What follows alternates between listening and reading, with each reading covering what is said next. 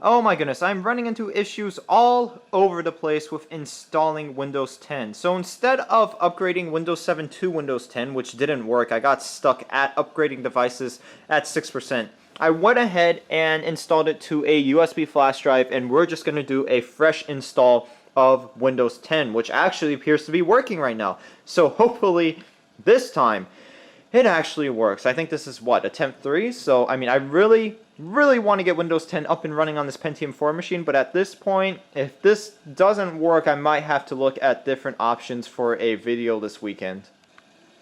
And look at that, we will have a video this weekend. So Windows 10 is now installed on this Pentium 4 machine. I have to make a couple tweaks to everything, get rid of some of this junk that I never ever use down here, and then I can go ahead and start testing Windows 10 out on the system.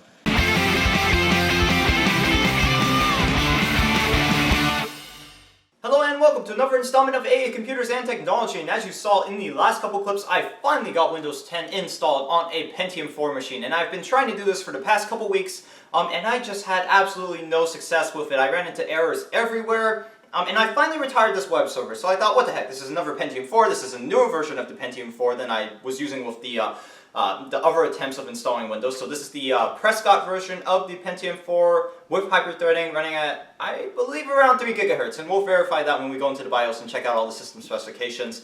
And of course, I'm also going to open up the PC and show you the hardware inside, just to verify with you guys that this is indeed a machine equipped with a Pentium 4 processor. So let's go ahead and get started. I'm going to open up this computer first, we'll take a look around it, we're going to boot into the BIOS, and then we're going to go up or boot this computer up into Windows 10 and check out how it runs.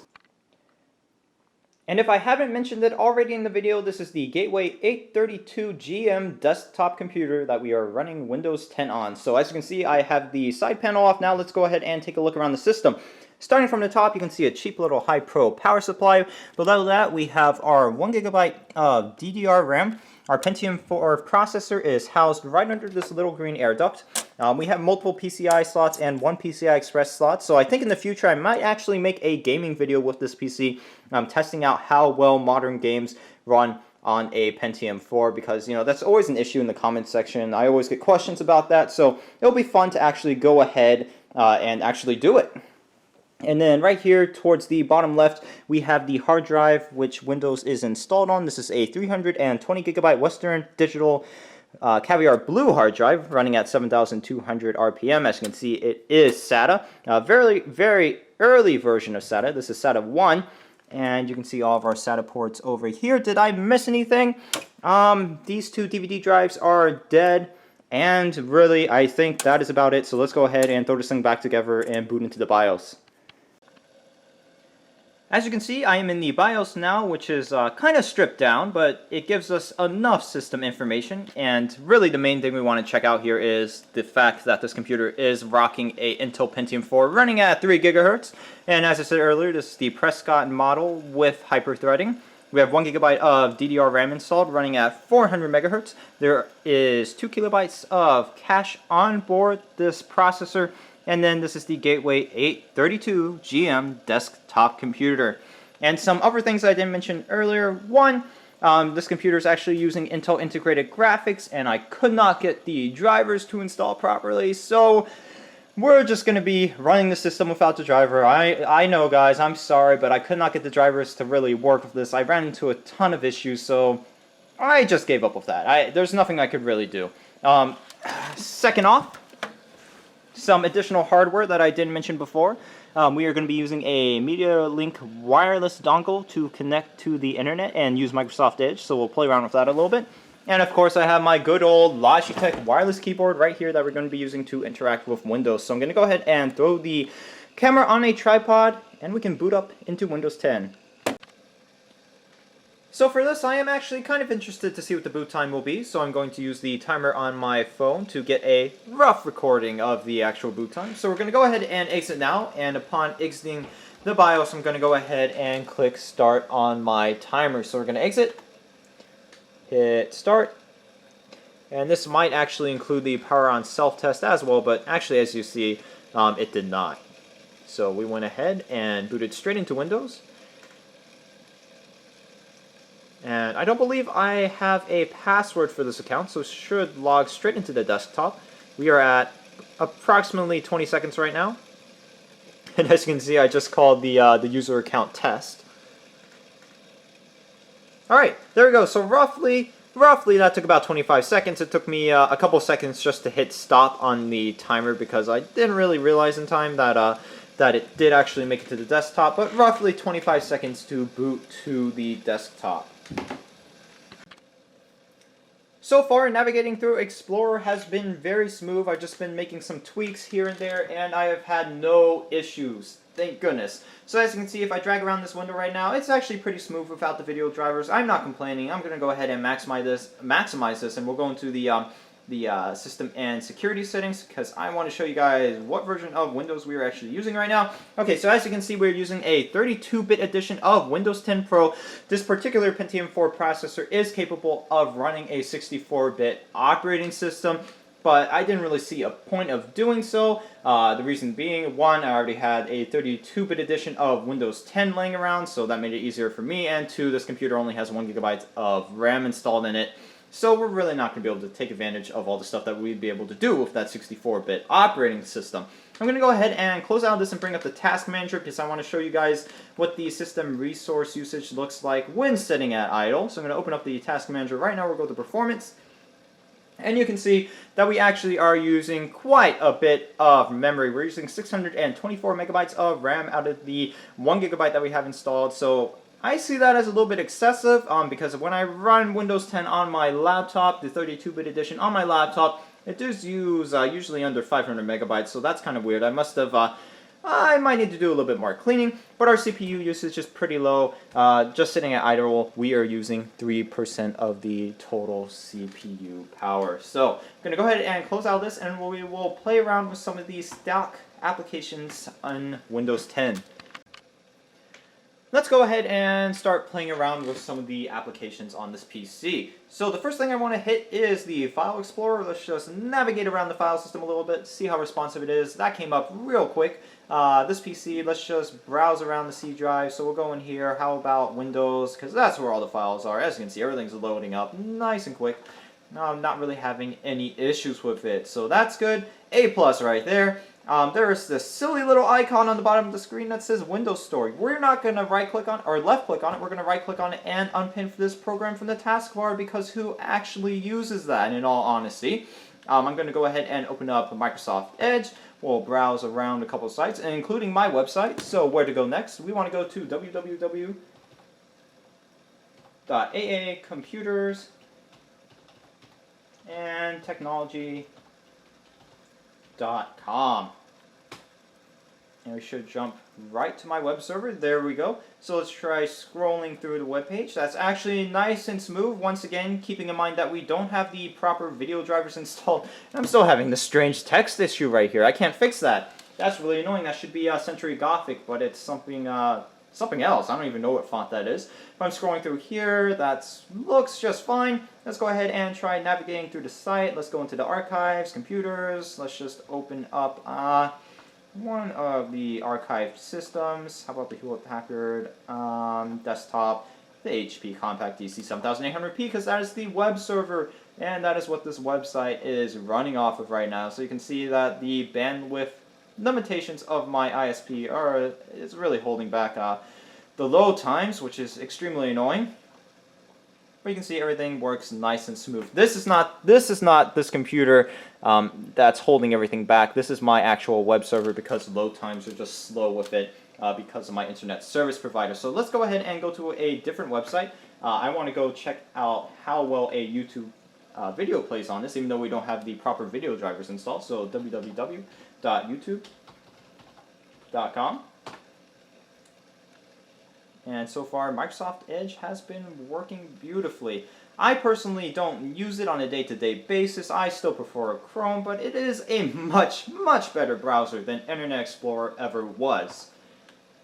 That's just my opinion, though. So we're going to go to my particular page, AA Computers, and Technology. Load times are absolutely wonderful, so I'm going to go to my actual channel. Let's just watch the eMachine T1090 video, because that's what we usually hit, because it's the first video that pops up. Ooh, that bot attack though. I hate that bot attack. Alright, advertising, because yes, it is not free to run this YouTube channel. I am sorry. Let's maximize that just a tad. Come on, you can do it. There we go. And we're still getting about 30 frames per second. I'm not really sure. Whoa. Whoa. That got a little funny there. Okay, there we go.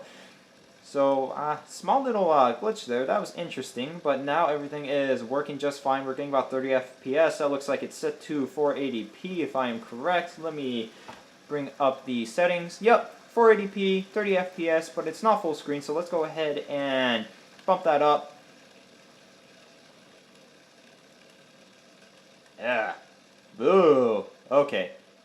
There we go. So, frame rate dropped just a little bit. It's probably at, I would say, 20 frames per second. That looks like a good 20 frames per second. Now, I'm just ballparking here, but that's what I think it is. So, oh, YouTube is full screen? Okay, I know. I'm the one who did that. Thank you. Do we have the option to bump it up to HD quality? No. Actually, yes, we do. Alright, let's watch this computer struggle. Come on. You're going to be able to do it? Can you do it? Now, even with the built-in, or even with the video drivers installed, I don't think the integrated graphics would be able to handle a HD video. But as you can see, it's not too bad. We're getting that kind of glitchiness right here. Some weird artifacts that should not be there. And the video just locked up, so yeah. 1080p video is a no-no on this system. Not really a limitation of Windows 10, just a limitation of the video on the system, and maybe even the Pentium 4. Let's check out what our system resources look like. Are you using up the full power of the processor? I don't know. Let's find out. So, what happens when I throw you to the side, and then put you on the side as well? So what does that look like? Just curious. I mean, I know the video is not really full screen right now, but I just want to see the CPU usage. Alright, and let's maximize it. Actually, we're using 100% of the CPU usage, or 100% of the CPU right now, but let's go ahead and put that to full screen real quick. Oh, cool. We'll go into full screen on that, oh, maybe not. And the system is struggling right now. Oh my goodness. Alright, so I'm really getting bored of this, so I'm going to get out of here. Okay, so just a couple seconds ago, stuff really started to slow down because we hit the memory ceiling. So, I'm going to get out of YouTube right now. As you can see, we also maxed out the CPU too, so we're using too much of the system's resources with YouTube. So I'm going to close that tab. Let's try browsing around one more site with Microsoft Edge, and as usual, I like to go on CNN because CNN is just horrible. The website layout is killer. Whoops, I accidentally closed out of Edge because I clicked that tab way too many times, but let's go ahead and bring that back up and go to CNN's website. So www.cnn.com. And if you're wondering why the heck are you using CNN's website, well, because it is so cluttered. When I use old computers like this, it usually just crashes. So I want to see, one, you know, if Edge can handle it, two, can the Pentium 4 handle it, and three, how does Windows 10 handle it if it does crash or run out of memory or whatever happens right now, because it is just cluttered. I come here to see the news and it's just full of junk. So, I mean, half the time I just end up going to the Associated Press website, which still has a bunch of stuff all over it, but it's a little bit better. But yeah, there's just so many ads and everything else over here. It gets annoying. Oil company defaults. Is that because of the Keystone pipeline, I wonder? Which was just struck down yesterday, I believe. Come on. See, I'm trying to scroll down here, and it's just not having it. And I'm expecting it to actually crash in just a minute, so we'll see. Are you going to be able to handle it, Edge? Oh my goodness. CNN, you are killer on system resources. And as you can see, we're using 826 megabytes of 998 megabytes of, or 1 gigabyte of memory. I'm just going to say 1 gigabyte because it's easier. But yeah, scrolling down here, actually it loaded everything, and now we are scrolling through the web page for the most part just fine.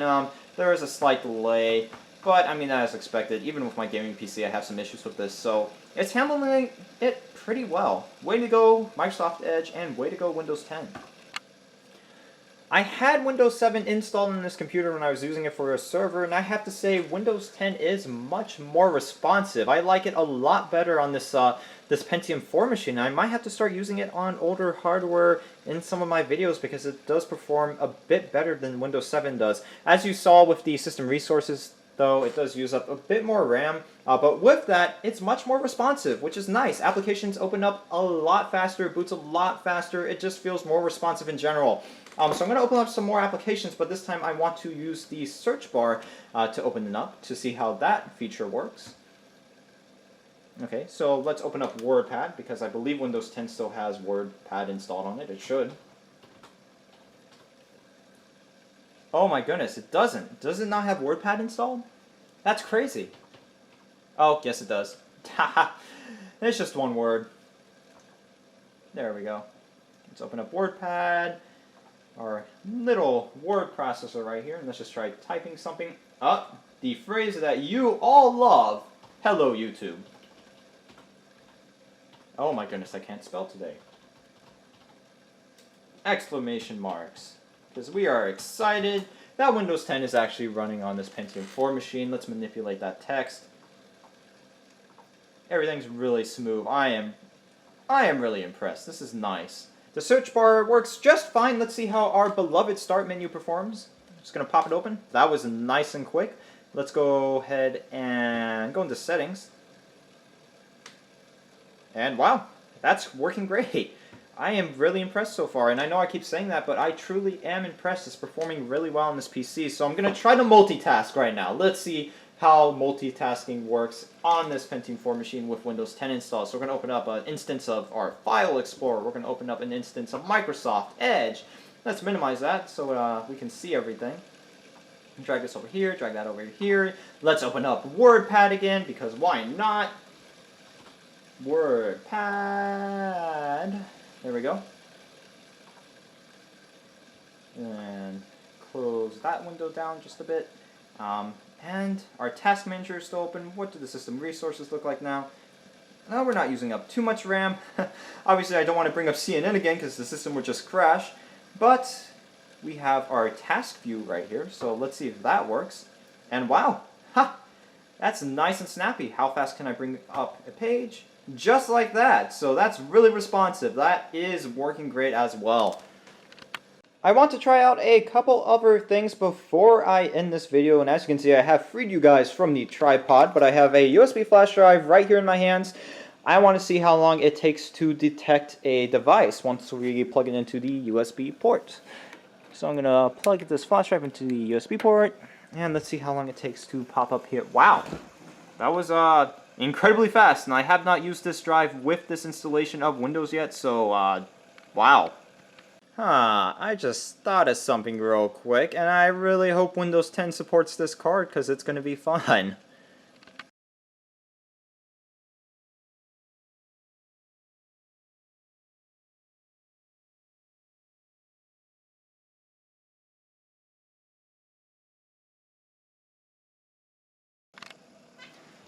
Now this was actually successful, and thank goodness it was, because it took me about 30 minutes to set all this up, and I would have been really mad if this didn't end up working. So I threw in an audio card, I took out a microphone, and I hooked up this really god-awful guitar amp, because I wanted to see if Cortana would work with this Pentium 4 machine. And I just tested it out, and it does in fact work. I personally don't really use Cortana, I don't really like using, I guess her is what you would call it. I don't really like using her. But I thought some people might be angry if I didn't bring it up and use it on this Pentium 4 machine, so I thought, what the heck, I got nothing to lose. Why don't I just go ahead and hook all this stuff up and test it out? So I have the speaker hooked up, the mic hooked up. Let's go ahead and ask Cortana something. So I'm going to use the voice option because I have the microphone right here. It's a really cheap little microphone that I did use for a little bit, but then I stopped because it's pretty bad. Cortana, what is the weather tomorrow? The forecast for tomorrow shows mostly cloudy skies with a high of 62 and a low of 58. Nice. Okay, so that's working. Thank you, Cortana. All right, let's do this again. Cortana, find me a Wendy's. Yep, and it should bring up Edge. There we go. All right, well, I mean, it didn't exactly find us a Wendy's, but it brought up something relevant, so that's good. Okay, what else can we ask Cortana? Cortana, tell me the news. Here are top stories for today. The first headline is Hundreds Protest Donald Trump's hosting gig on Saturday Night Live. Haha, really? Oh my goodness, that's silly. What else can we do? Cortana, open up File Explorer. Oh, you know I didn't have the, I didn't click on the mic. Oops, sorry. Cortana, open File Explorer. Alright, opening File Explorer. I mean, it'd just be easier to click on the icon, but why not? Right? If you can do it, why not do it? What else can we get Cortana to do? I'm thinking.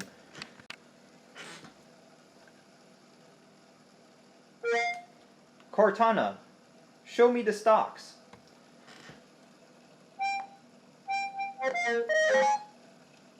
What are you going to bring up? Oh, what? Oh, come on. I was hoping to actually bring up the stocks on the little window right there. Cortana, please disable yourself.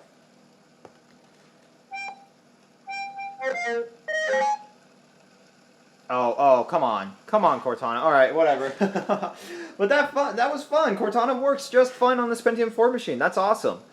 So some final thoughts on this video. I was really impressed with the performance of Windows 10 on this particular system configuration. Everything performed great. I mean, it was to the point where it was nearly flawless. All the programs opened within a reasonable amount of time. The boot time was definitely reasonable. So all around, I feel like Windows 10 on the Pentium 4 machine is definitely usable. So if you have an old Pentium 4 machine sitting in the back like I do, and the processor does actually support Windows 10, go ahead and try it out, because I was, once again, I was really impressed, really liking it. It's just great. So if you have any questions, comments, or concerns, you can go ahead and post a comment in the comments section. I'm about to end this, so thanks for watching this installment of AA Computers and Technology. Do not forget to subscribe to my YouTube channel, and of course, please do not forget to like this video, and I'm trying to think if I left anything out. I don't think I did. So thanks for watching, guys, and I will see you in the next installment of AA Computers and Technology.